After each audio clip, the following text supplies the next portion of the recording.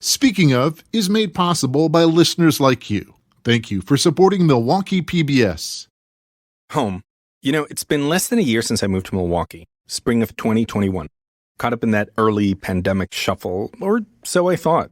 And when you've moved around as much as I have, Mexico City, D.C., Philadelphia, Miami Beach, Grand Rapids, Michigan, the idea that a single physical place is home, well, it kind of seems foreign.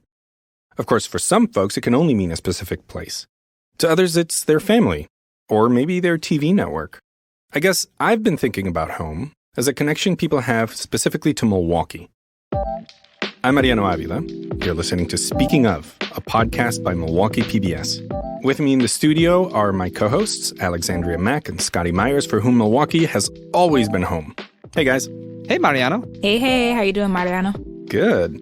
Look, my writing process for these 3 episodes has been a little bit difficult because I'm talking about home in a place that I just don't know. So this episode is part personal essay, part journalistic feature, contouring the idea of a home through people with really different personal histories in Wisconsin. And if you two are game, you may have to get a little personal. Are you in? I mean, how personal are we? Not too personal. You looking for my bank routing number or my skincare routine? Where just are we going? Just your childhood crushes. Okay, yeah. Yeah, more along those lines. I like that. So let's start with that personal part. You both were born and raised in this area. Oddly enough, you both left to study in California at different times, different places. Lexi, your husband is from there. But then you both came back. So what brought you back to Milwaukee? Well, for me, I was still really young. I went out to go to USC when I was straight out of undergrad from UW-Madison. So I was probably, 22? And then after that, I did an internship in New York. At that point, I was then 23, and I was just like, what do I do with my life? I don't really know. And my husband, he was my boyfriend at the time. Honestly, I was like, you're the only thing I'm sure about. And he was... Oh, I know, that's really sweet. So sweet. I felt really cheesy, and I felt like for other people, they were like, why is this girl with all these achievements, coming back to be with her college sweetheart? But I was like, well, I don't want to be in New York eating bread and unhappy and living with 4 roommates and their 4 cats. That's a true story. I was literally living with 3 other people and 4 cats. I was looking for that stability, and what better place to start adulting where I had a foundation, not only in my boyfriend, but also having my family and close friends somewhat around me. It definitely made that transition into adulthood way smoother.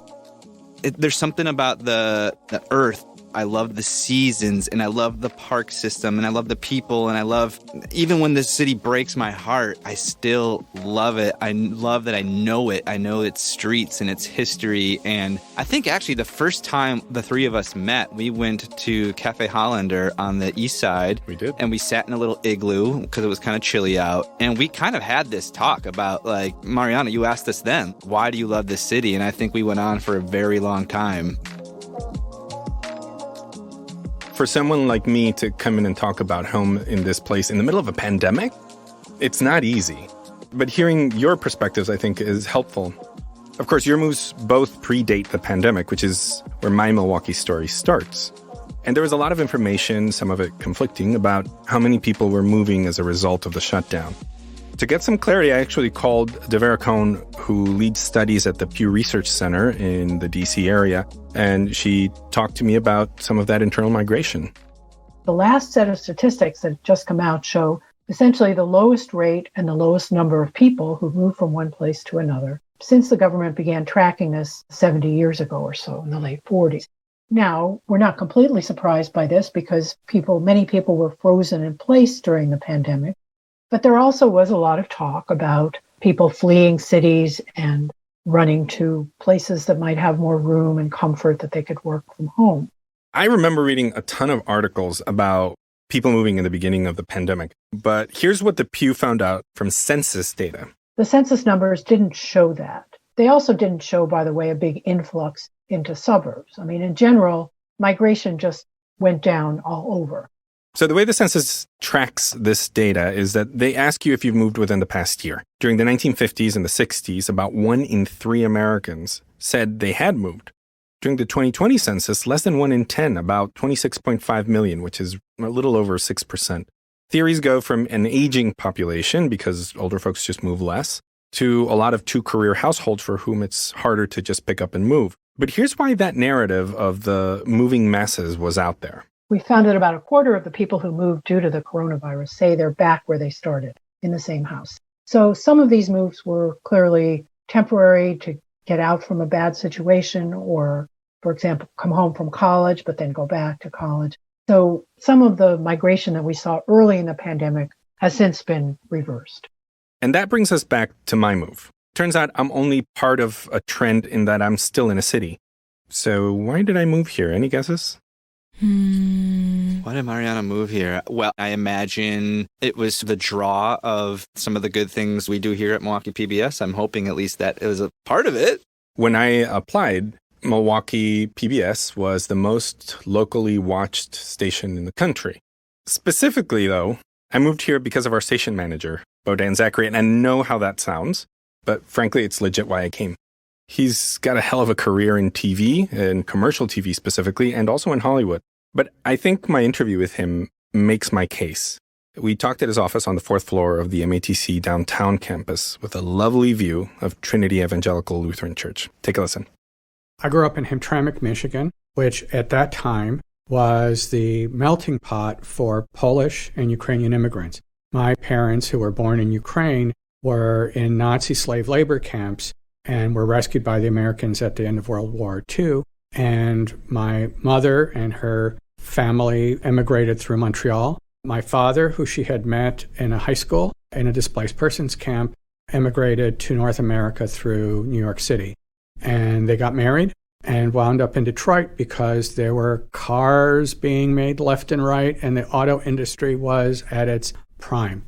And nobody spoke English other than me. I had a few words from grade school, and it was because we discovered something called educational public television that we all sat around a TV and listened to the words and watched the images and learned about American culture and global culture and language through that medium. Quick interruption to my interview here. I knew Bohdan came from an immigrant family, like me, but I didn't know about the Nazi camp part. But okay, back to one of my favorite parts in this interview.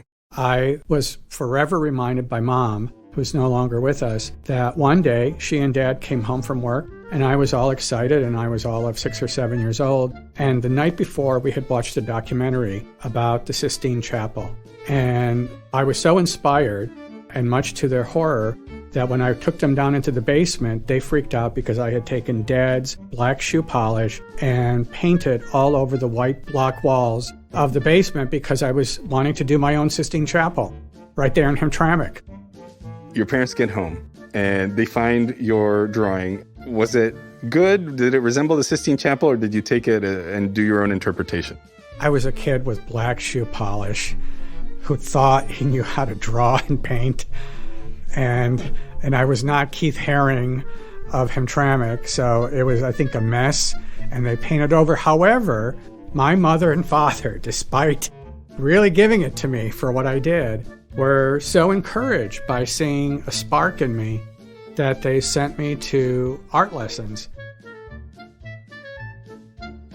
We all know Bohdan as our boss, but can you picture him as a 6-year-old painting the Sistine basement with shoe polish? That was really incredible to listen to.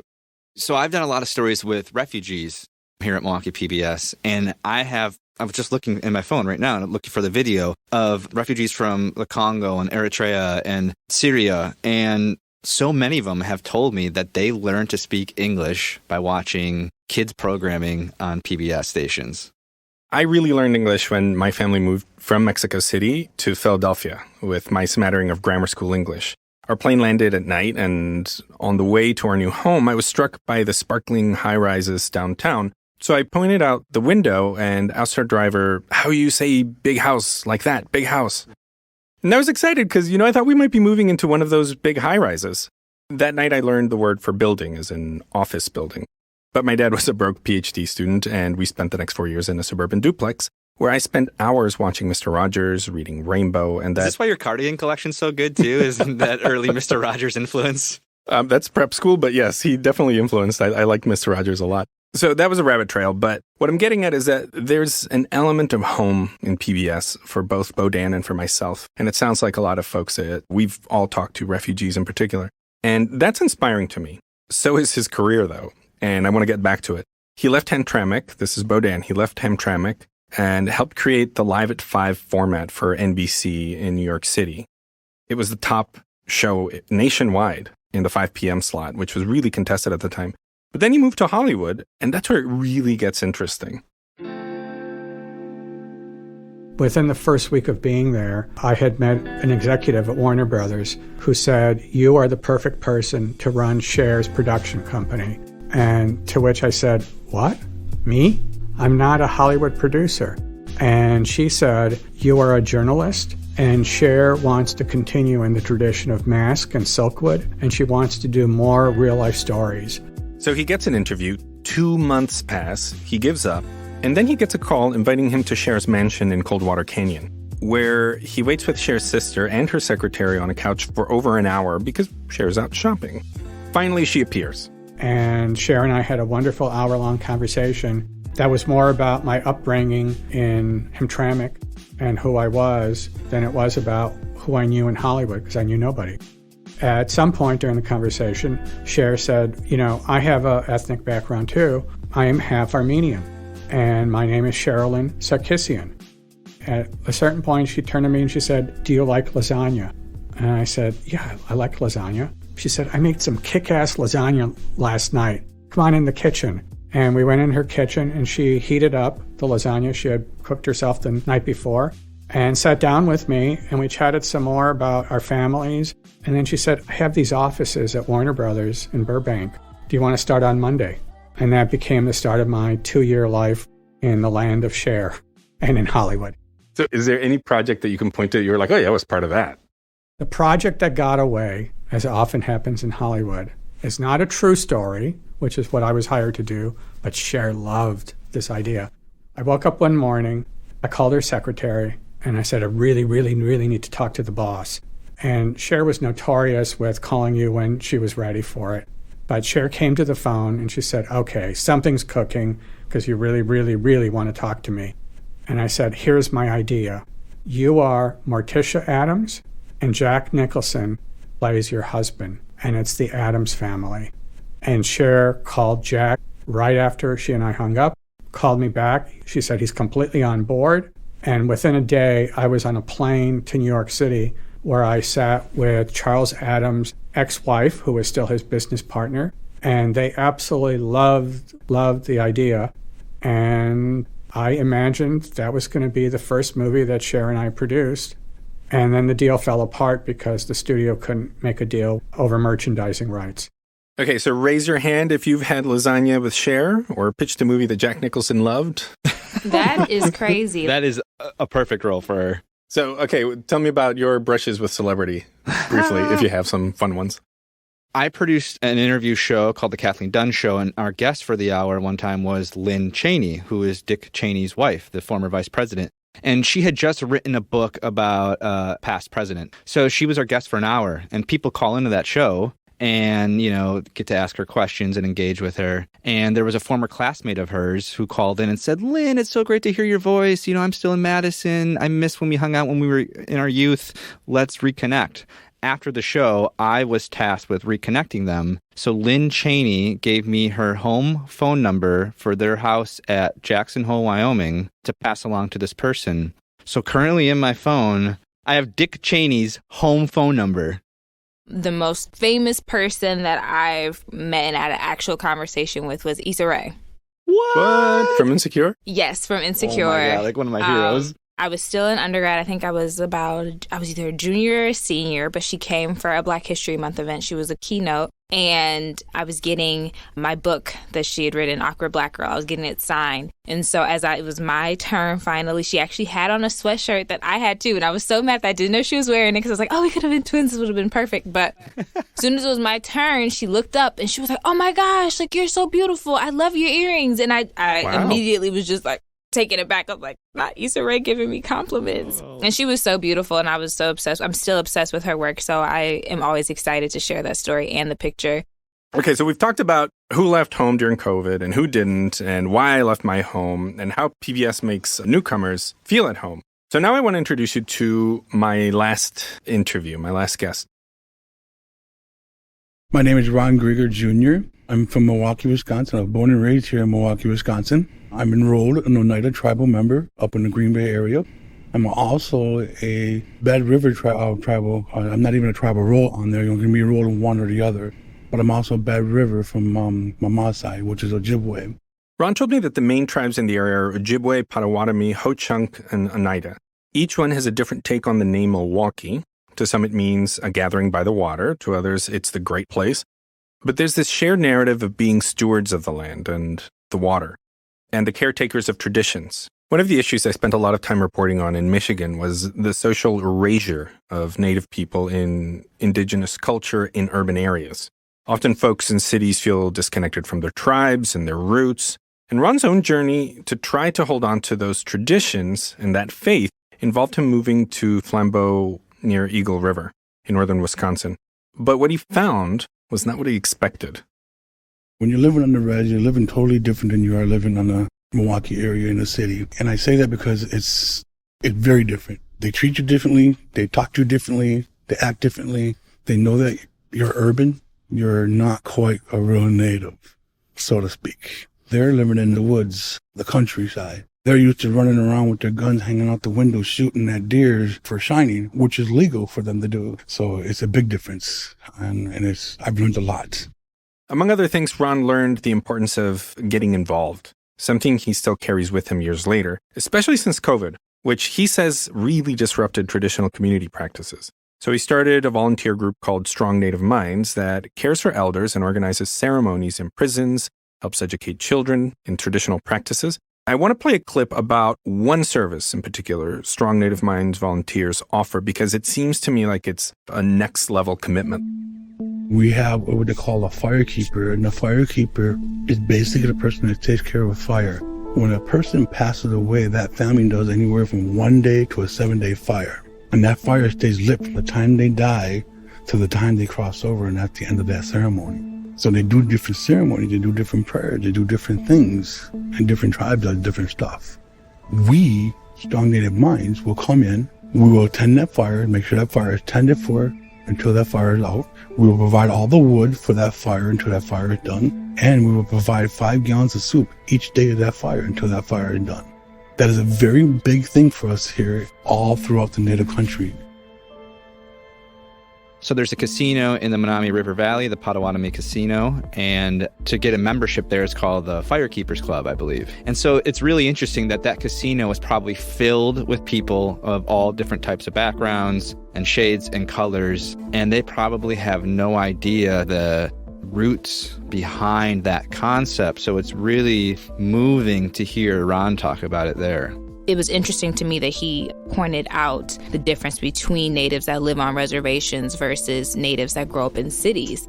Because that's probably why if natives that grow up in cities are looked at differently. And I think you see that probably in a lot of different immigrant households where maybe like second or third generation, you may assume that a kid may speak Spanish or something. They're like, no, I actually don't speak Spanish. Like I speak as much Spanish as you, like, you know? Right. Unfortunately, we're almost out of time, so I want to bring this episode home by playing my last 2 questions with Ron. When you think of Milwaukee and when you think of this land, what do you think about? I think about cheese, I think about Green Bay Packers, I think about beer. What makes home home for you? Being home with your family, being able to see the old things you've seen when you were younger that are still around, gathering with everyone and being able to be around everyone, that's the comfort area. So that wraps up my first episode here on Speaking Of. Lexi, Scotty, before I key up our next episode, can you tell me what makes home home for you? Home is Milwaukee first and foremost. Milwaukee is seasons and its grittiness, and it's just this, always a sense of up and coming, sort of a chip on its shoulder, really proud. We're diverse. We're next to this big body of water, Lake Michigan. And I think that affects us, that lake effect. I think there's a political history here in our ties to socialism and our socialist mayors. There's and just like a sense of family, be it with like your given family, but also like your chosen family. I think home for me is not tied to necessarily a place. Home is my mom's soul food. It's my dog scratching at my legs when I walk in my mom's house. It's my sister still taking the time to kiss my face, even though I'm 27 years old and she's only 2 years older than me, but she just hugs and kisses me like I'm her child. Home is my husband calling me chicken when I get home from work. We are getting personal, like you warned us in the beginning. To be fair, he loves chicken, right? Yes, and he loves me, so that's how the nickname was formed. I'm trying to think. It's hearing my dad say, like, what up, cut up, when I walk into his house, or Lex Bex when I'm at my grandma's house, or Superstar from my now late grandfather. So I think for me, home has always been the people. It's always been my family, and they were such a large part of the reason why I came back. And when you ask me why I'm here, they're literally it. It's those memories that make it hard for me to go anywhere else. I agree. Are you taking a stab at this? I'm still grappling with that, actually. Not just because I'm an immigrant or because I just moved here, but because the pandemic has really forced me, like everybody else, inward. And the distancing and the isolation forced us to look at home in entirely new ways. Next episode, I want to talk about different forms of being at home and feeling at home. So we're going to go inward with the next episode, and that's all I'll say about that. Going inward. Okay. Boy. Okay. I better ready myself. Right. Little therapy session. Right. Sure. I'm not a therapist, so it won't be too bad. But, you know, if we want to get personal, we can. I'm Mariano Avila, and you're listening to Speaking Of, a podcast by Milwaukee PBS. My co-hosts are Alexandra Mack and Scotty Myers. Grant Martin did all of our sound design and engineering, and Chris Hayes helped me edit this story. Thanks to all of the folks who agreed to be part of my interviews. And again, thank you for listening. We'll catch you next time.